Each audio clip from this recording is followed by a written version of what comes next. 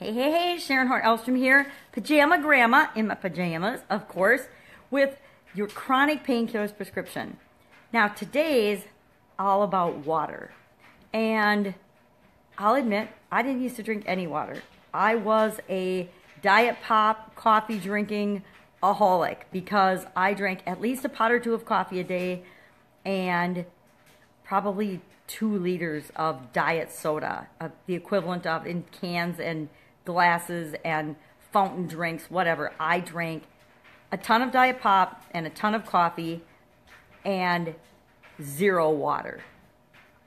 And about 7-8 years ago, I had a huge health event. I had a sudden cardiac arrest and died. And after that, I realized, and let's be honest, we've always all known that we're supposed to drink water, right?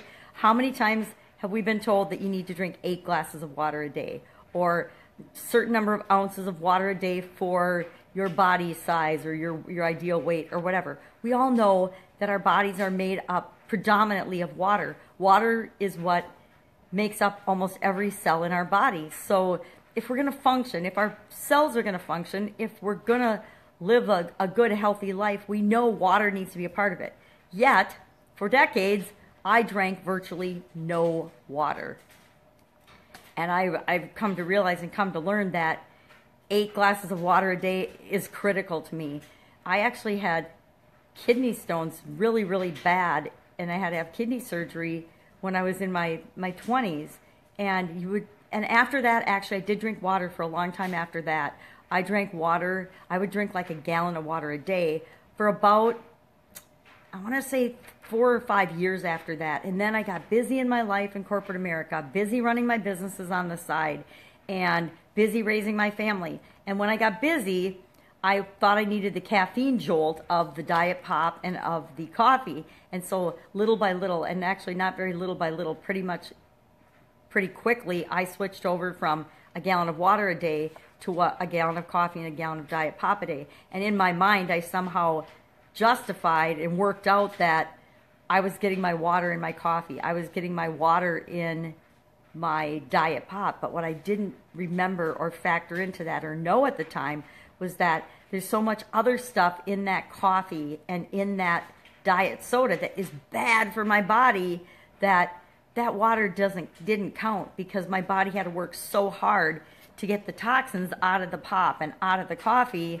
that it didn't get the benefit of the water that was in those things I was consuming. So you're kind of like dehydrating and starving your body and your cells of the water that they need, because it takes your body so much extra work and effort to clean out that water, to use it as water.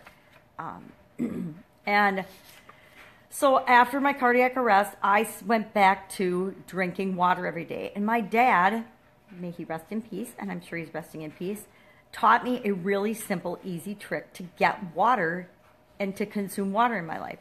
And what he said, because he had some heart challenges too, is he would take a glass and he would fill it up with water in the morning, and he would set it in a place that he was going to walk by during the day. And every time he walked by that glass of water, he would take a big drink or several big drinks, and then as soon as it was empty, he would fill it up again and put it back in the same place.